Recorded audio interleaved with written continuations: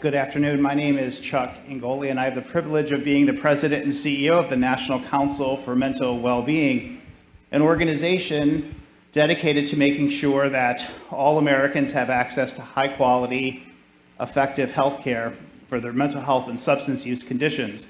We represent 3,200 organizations around the country who deliver this care, and so grateful for the U.S. Chamber of Commerce to have us here today. 3 years ago, I had the opportunity to be here to talk about one of our initiatives, Mental Health First Aid, and that was before COVID. And what's changed between 3 years ago and now? Anita from the SAMHSA just spoke, and SAMHSA has said for a long time that mental health and substance use disorders they're real, they're common, and they're treatable. And I imagine 3 years ago, before COVID, most people heard that and said, maybe. But what's changed in these last 3 years, right? Almost all of us have had an experience of ourselves, someone we know, someone we love, someone we work with who struggled with depression or anxiety, alcohol abuse, other challenges, and have needed care. And what we're here talking about today, Anita talked about this model of a certified community behavioral health clinic. What I want really to get home to everyone is this is a place in your community that you can go 24/7 if you have a mental health or a substance use challenge.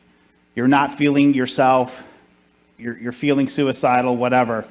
And the number of people that call me, email me, text me in any week saying, I have a friend, my neighbor, my nephew is having a challenge, they don't know where to go. I think in this day and age, all of us deserve to have a place in our community where you know you can go and get the care you need. And these three folks next to me are going to help describe what this means in practice. So first, Brent McGinty, who works for the Missouri Council for Behavioral Health, is a statewide association of organizations that provide mental health and addiction treatment. Melissa Larkin-Skinner from Centerstone, Florida, who is part of a large system in Florida that's both outpatient and inpatient. And Michael Garrett from the great city of Detroit, Michigan, from CNS Healthcare, is going to talk about what this means from his perspective locally. So, Brent, I think we're kicking off with you. Great. Is this working? Okay, excellent. Thank you all. It's an honor to be here. I don't know if there's a bigger advocate for CCBHC in the country, maybe other than Chuck, than this guy right here. I've been in my job now for over 10 years, and I can't really remember a day where I wasn't either spending part of my day or all of my day working on CCBHC rollout in Missouri. And we really did take a statewide kind of approach to rolling this out.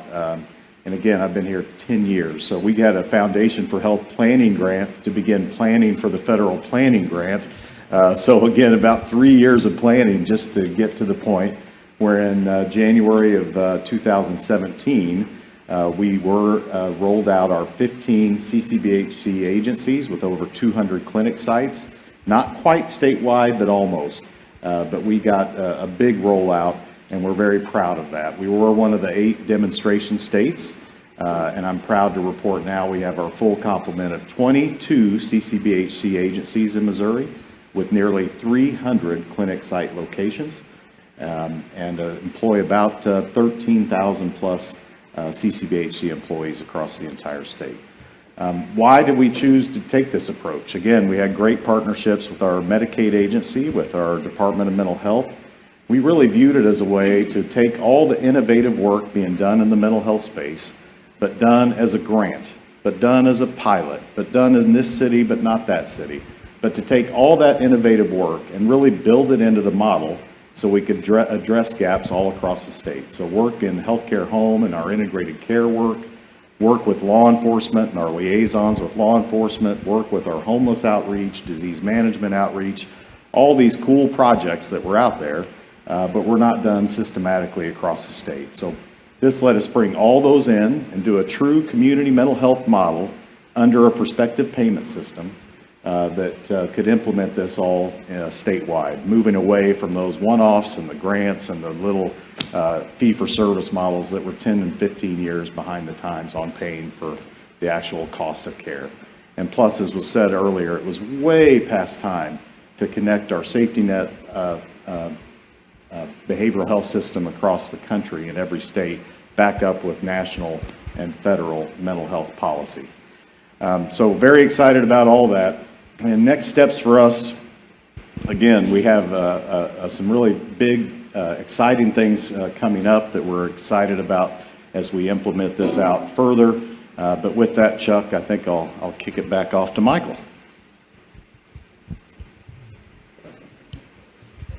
Okay, thank you. Hello, everyone. My name is Michael Garrett. I'm President and CEO of CNS Healthcare. We're one of the larger providers of behavioral health care in southeastern Michigan.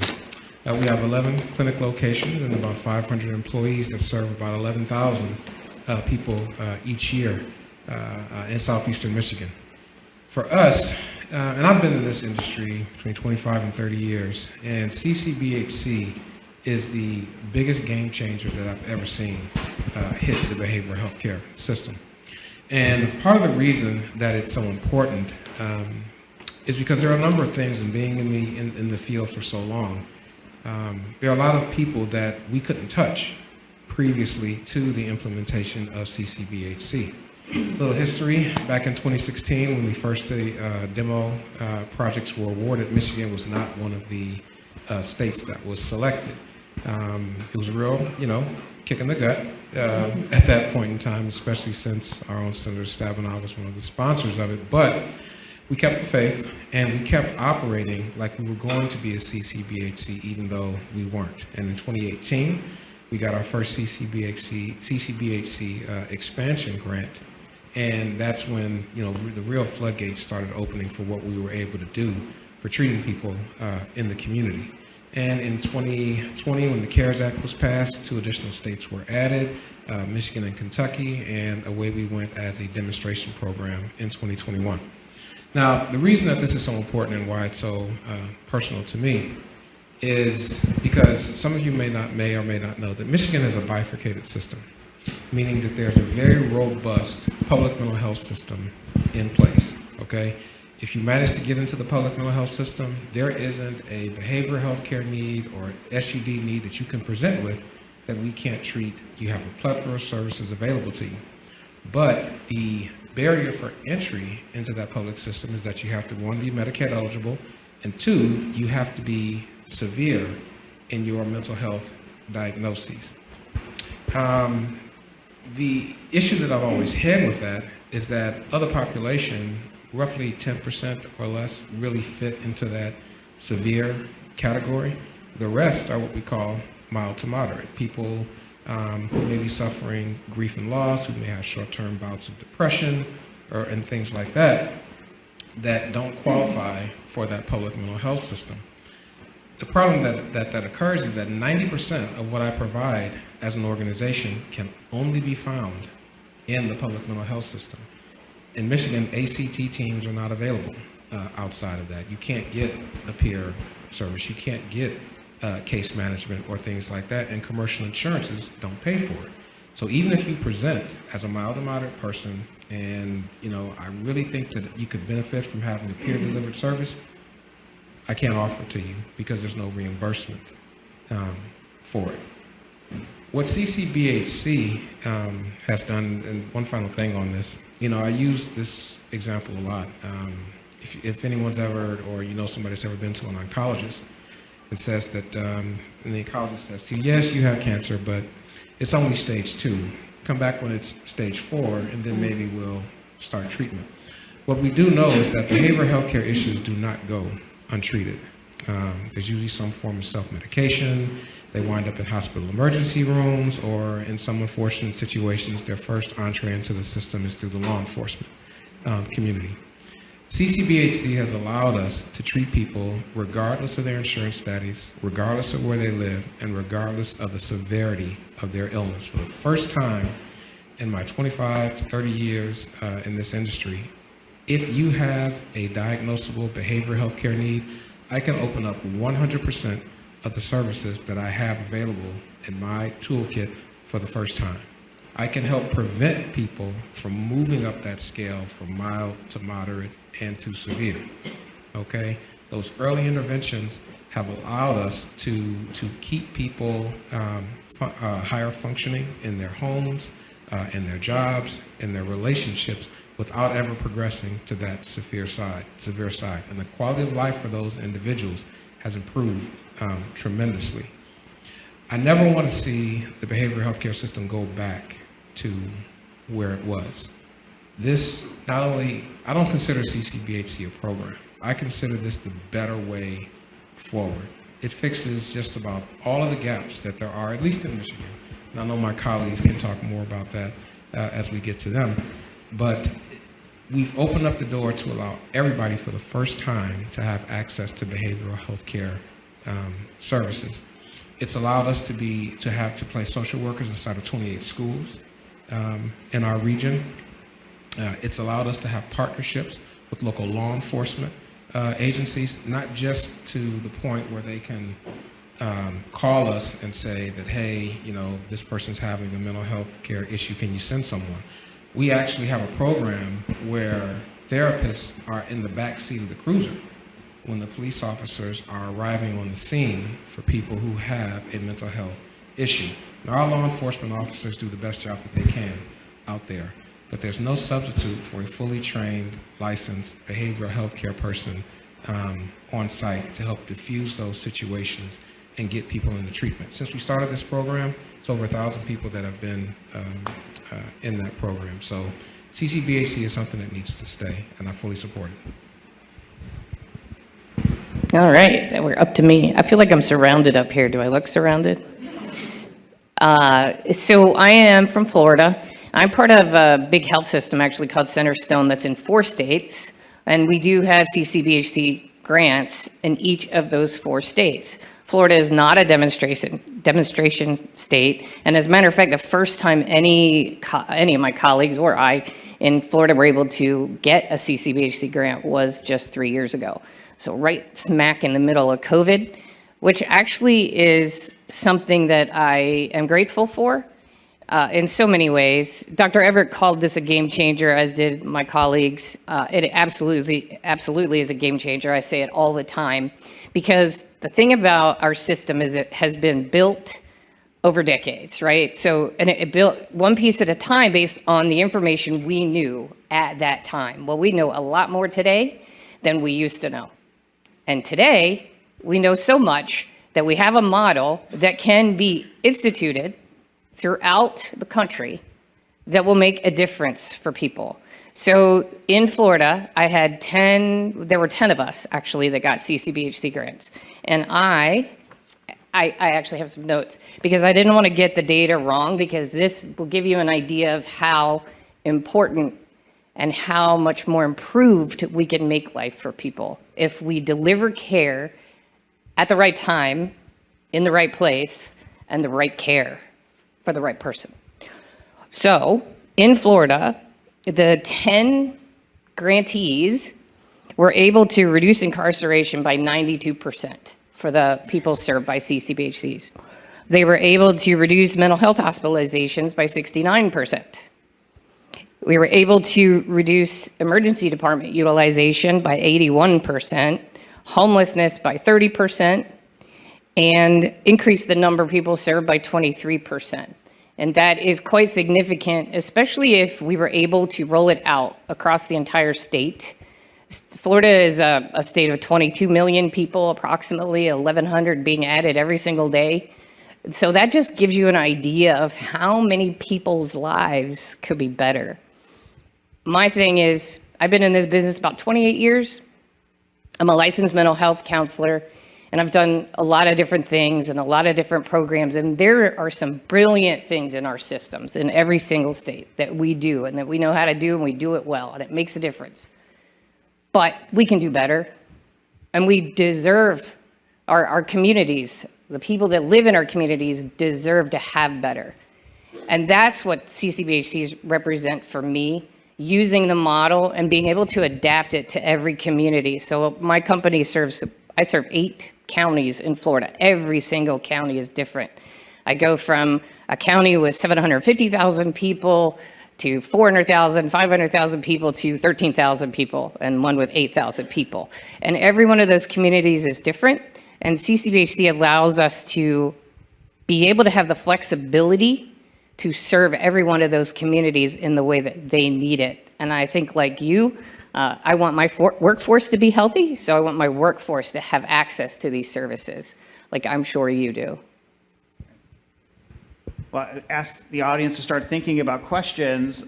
We've got a taste, I think, just in the introductions here, of innovation, responding to community problems, and at the same time, being able to increase outcomes and save money.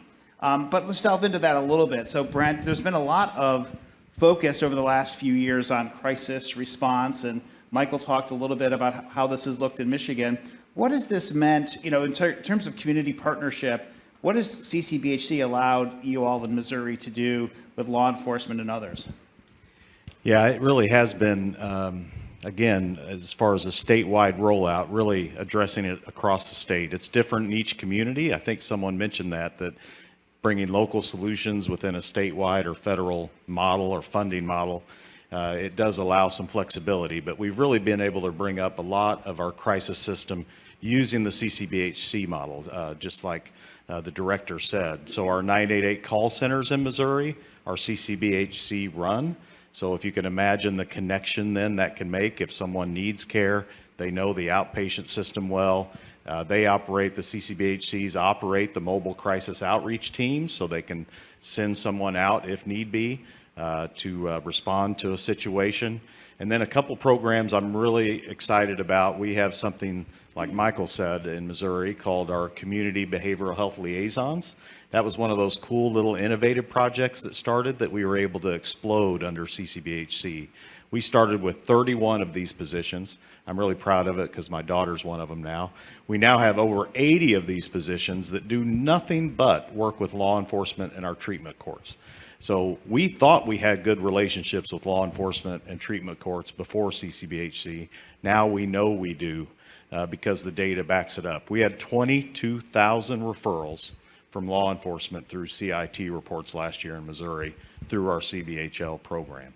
And that's really critical stuff and how we respond across the state. And then the other piece that's really creative, because you just keep building into the model. That's the beauty of it. We now have 18 behavioral health crisis centers built out across Missouri that are either most are 24/7. A few are urgent care models where they're like, say, 10 a.m. to 10 p.m., but they're shooting for 24/7. I will say, if we got asked about a challenge, workforce is a challenge, but we have 18 of these now. And again, back to that approach of it shouldn't just be someone in the city or when a rich suburban area gets access to this care. We put it throughout Missouri because that's the right thing to do, and we built it into that CCBHC model. And I don't know if we'll get another chance to talk. I'm a chamber guy, local guy. My family owned a department store, McGinney's department store, where family is a family affair downtown on the square. That was our line. So it's an honor to be here. And I'll tell one quick story. Chuck, we had an event, I don't know if you remember, honoring Senator Blunt for his work on Champion This. And one of my CCBHCs brought a board member. It wasn't planned. And the senator recognized him. He was a small businessman, a prominent businessman in central Missouri. And he was surprised. "What are you doing here?" And said, "Well, I serve on this CCBHC board because these services are important, and I need a healthy and productive workforce, and that's critical to my success." And so he knew right away, he cut right to it, and I know the senator always appreciated that. And otherwise, I'll say, Chuck, the stats that folks are saying here, they bear out in our data. It's a remarkable program. And Michael, I'm sorry, not a program. It's the future. It's the future, not a program. Anyway, thanks, Chuck. Thanks so much, Brent. So, Melissa, there's a lot of talk around value-based purchasing and the kind of flexible funding. And I think really, in a way, the prospective payment system allows that to be the case. And you talked about what this would mean to Florida. Just asking you to reflect a little bit about what would prospective payment look like, and how would that change situation for Centerstone? And It would change so much. So first I'll say, I think Brent said the payment model or structure in Missouri was 10 or 15 years behind. Well, it's over 20 years behind in Florida. We are being reimbursed, our Medicaid rates we're being reimbursed 20 plus years ago. That's no way to do business. Expenses have skyrocketed, so it's not sustainable. So the prospective payment system would go a long way to resolving that issue. Without us having to go back every year to say, hey, will you increase rates? Hey, will you increase rates? Hey, will you increase rates? It essentially would make it automatic because it would be the costs, right? So the other thing that it would allow us to do is I'm a big believer. So I've run an ACT team.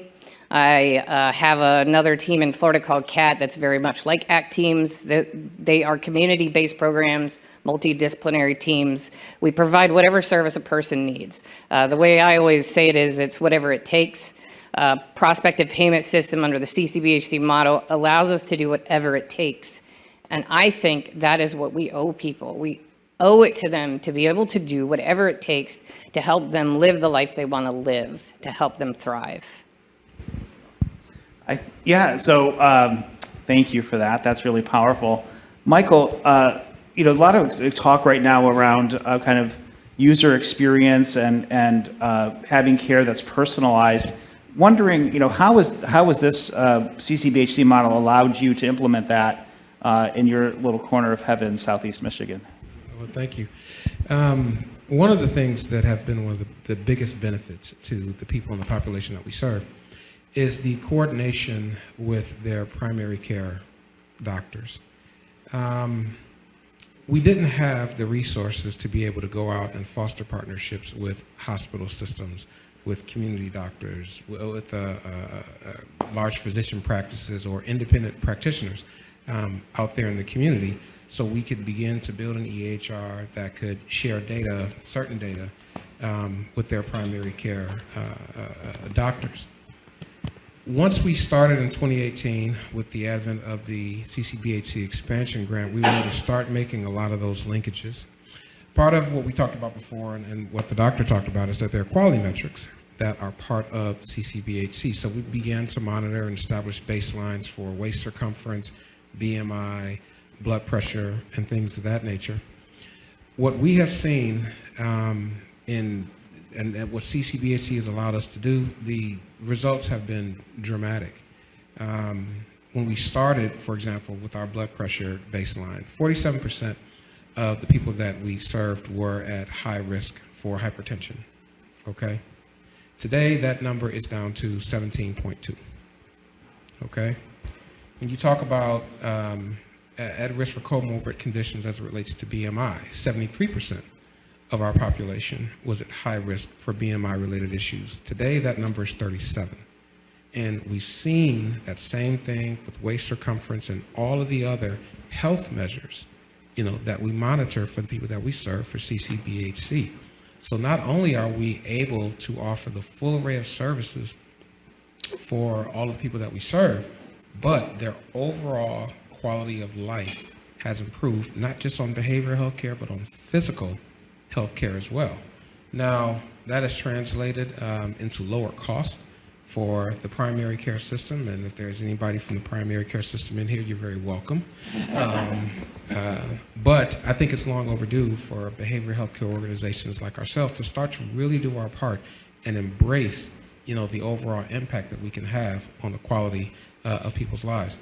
One other program I'd like to mention, and then I have an editorial thing about what we can do for schools.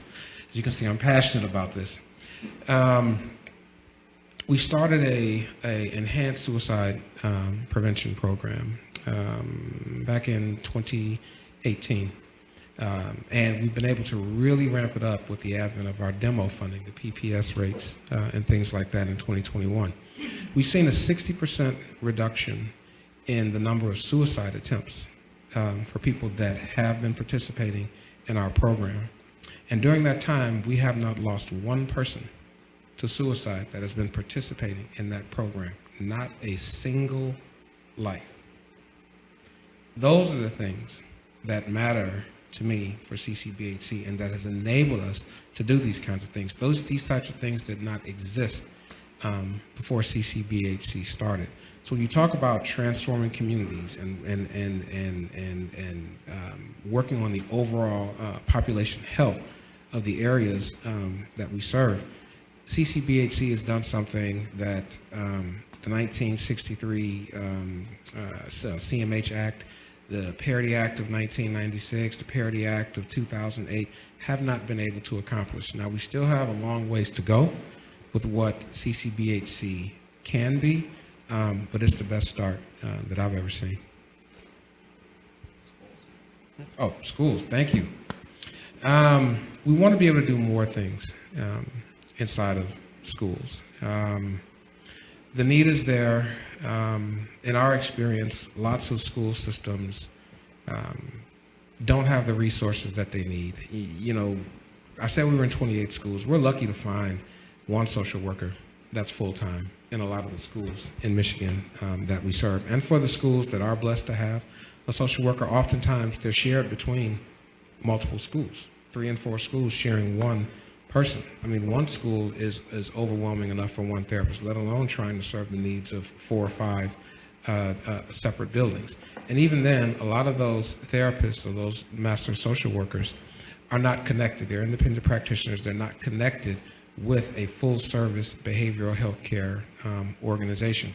I think there's an opportunity for a high degree of efficiency and coordination inside of schools if some of the rules for CCBHC were tweaked just a little bit for the types of services that are available to be used inside of school-based settings. There's a huge opportunity there, and there's a really, really big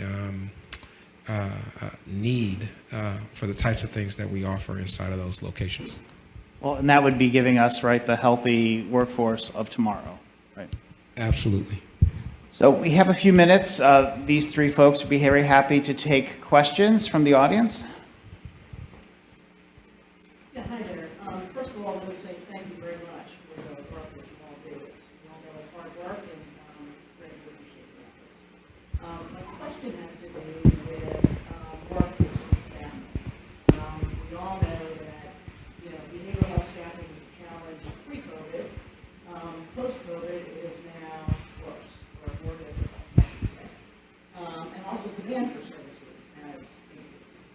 So I'm wondering, in any of your models, do you allow for kind of some of the digital types of treatments to be incorporated into the program?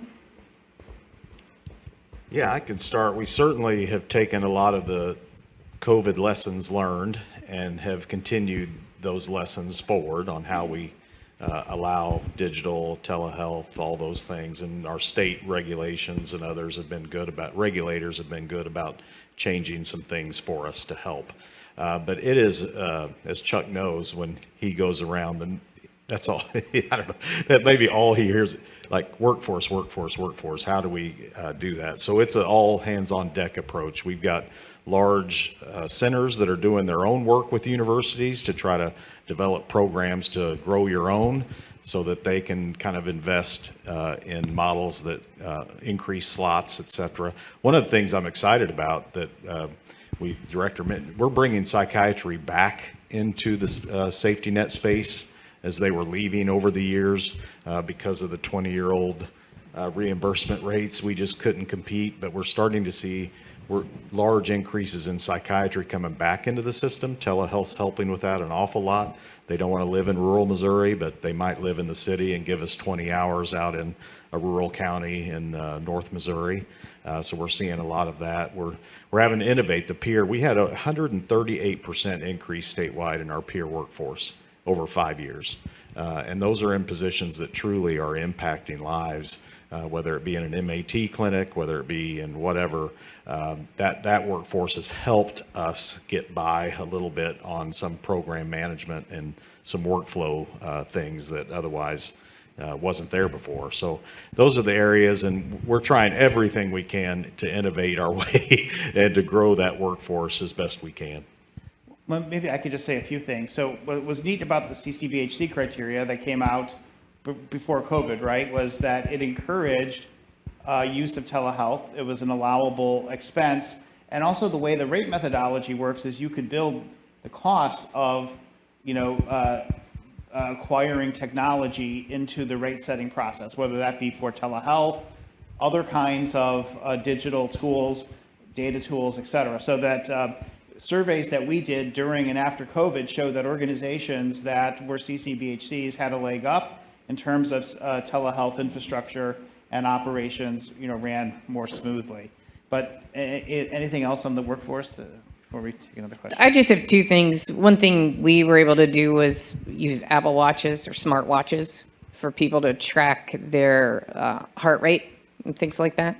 And then the other thing, just on the workforce issue, one of the things that we offer as a benefit is membership to Calm, which is an app for our workforce, which I highly recommend. And then as far as digital apps like that with our clientele, we encourage it. I'm a big believer in we should have a big menu, and people should be able to select from the menu of services or products or whatever works best for them. So we have to get very innovative and creative with how we attract staff and retain staff.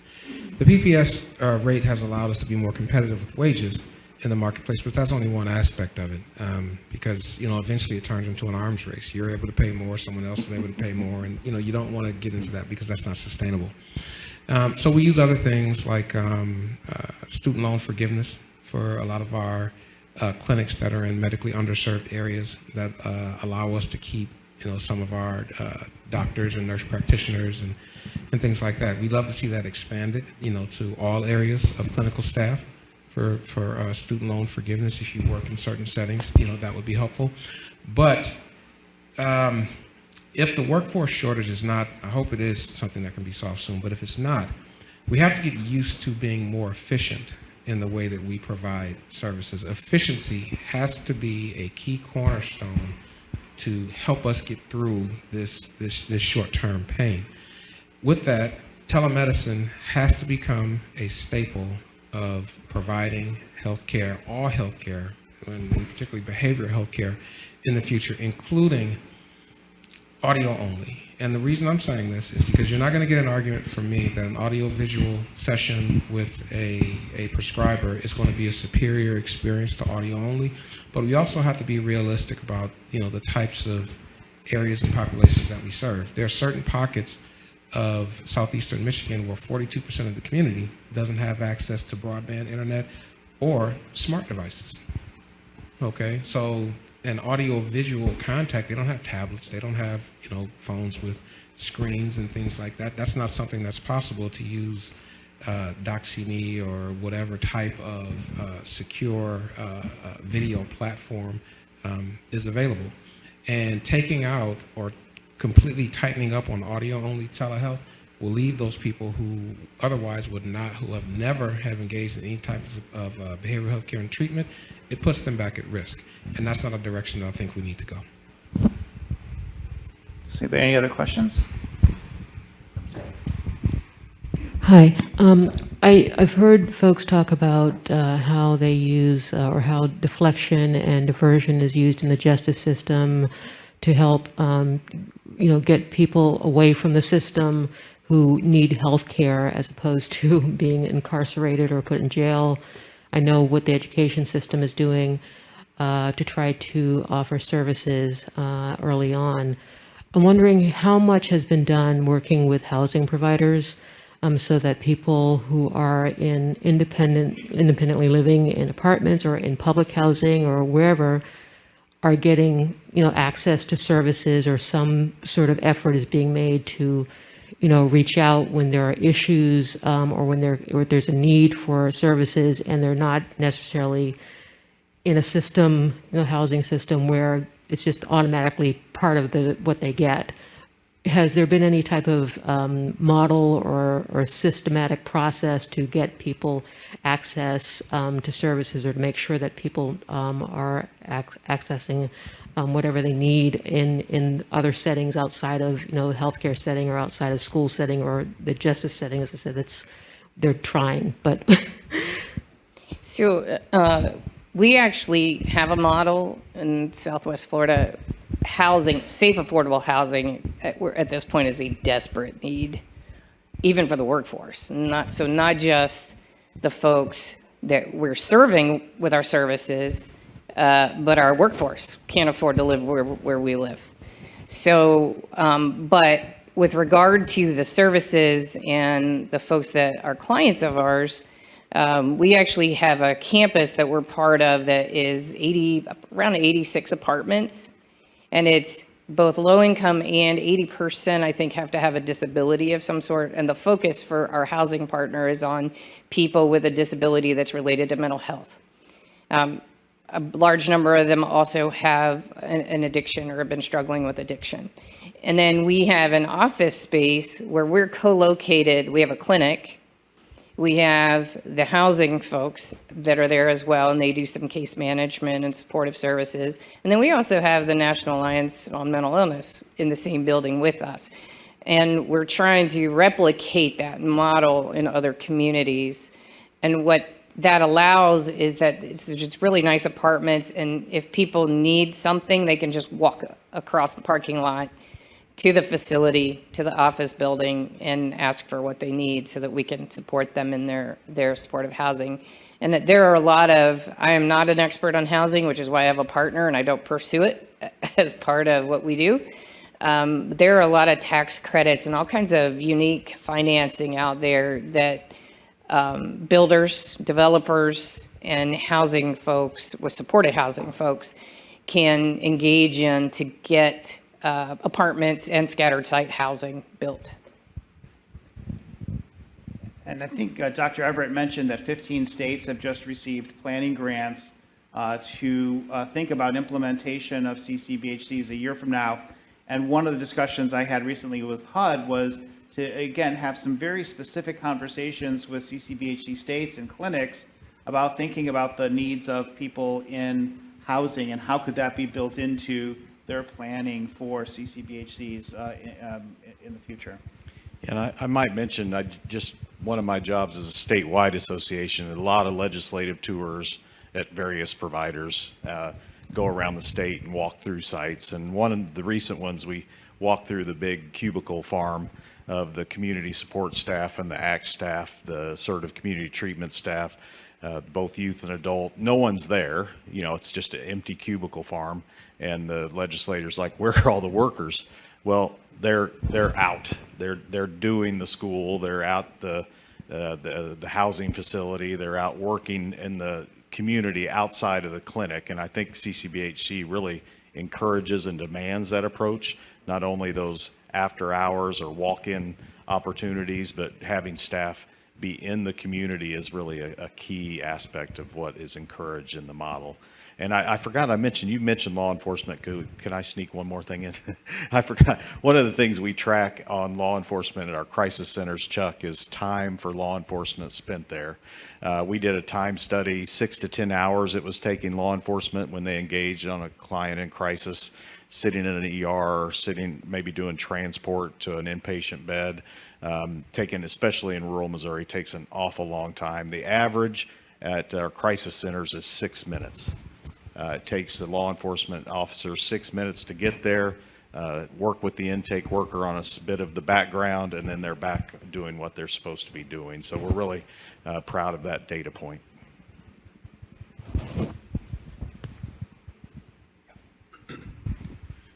So this is new to me, so I apologize if this question is a bit ignorant, but there's a correlation between the availability of behavioral health services, right, and workforce, right? So if employees, especially smaller businesses, employees have access to these kinds of things, there's a correlation to the retention of employees, productivity, these kinds of things, and those things have been established.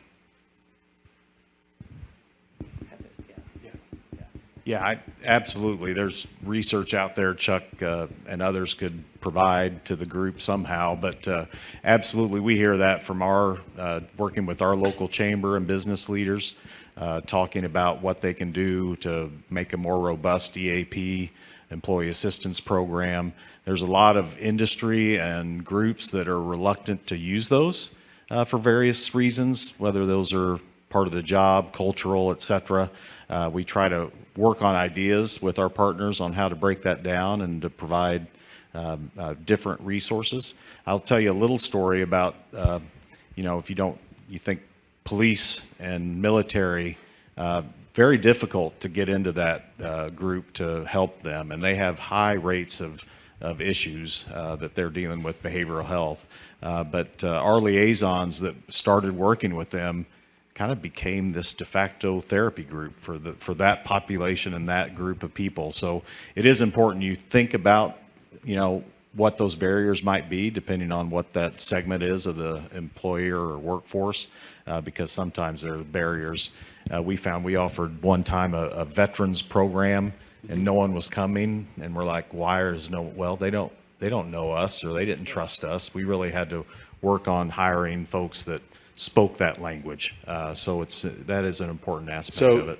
So just as a follow-up then, like a vector for the program would be, say, chambers and communities or VSOs, right? 46,000 of them in the country, right? Creating awareness. And that leads me to my other question, which is, if a community doesn't have one, are the sites selected, or is it kind of a demand-driven thing, right? Is there kind of awareness and there's demand for the thing, and then there's a process of...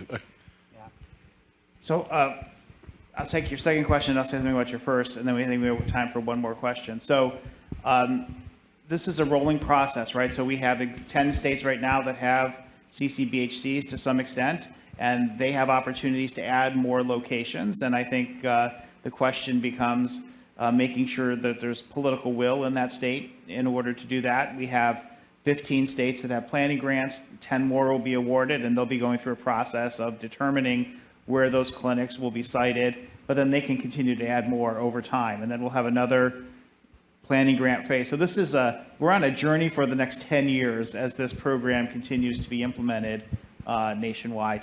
And maybe on your first question, I would just say, one of the hallmarks of mental illness, right, is that it interferes with, the notion that you need treatment is because it interferes with your ability to do everyday activities. So getting up, going to work, being present, being able to concentrate. So that's how then treating these illnesses actually improve your productivity, attendance, and functioning at work. All right, maybe one more question. Or we can go out on a high note. I was just going to add about the chambers. I think more than being a vector, chambers are incredibly important, right? Business makes the world go round. In my community, in particular in Manatee County, we're a medium-sized county, but have one of the largest chambers in Florida. And we have a legislative committee, and then we have a healthcare subcommittee. Every single year, we're involved. We develop priorities, and they take it to the state legislature, and then they come up to the federal government as well. So it's incredibly important, in my opinion, to have the backing of every chamber for this type of model, especially. We're the experts, right? We're telling you this works. We've given you the data, it works. And we need your advocacy at every level of government to make sure it continues and expands. I've never seen a single CCBHC, and we partner with them all in our state. I've never seen one CCBHC turn a deaf ear to anybody that wants to partner and collaborate about anything related to behavioral health, whether it's schools, whether it's law enforcement, whether it's the VA. VA can be challenging sometimes, but that's another story. But yeah, we seek out partnerships, and we'll talk to anybody that's going to help further this model. Well, I appreciate your insights, your sharing, kind of the experiences in your state, the passion that you bring, and also the difference that this is making for individuals and communities, keeping them healthy and safe. So thank you all, and thank you for your participation. Thank you for having us.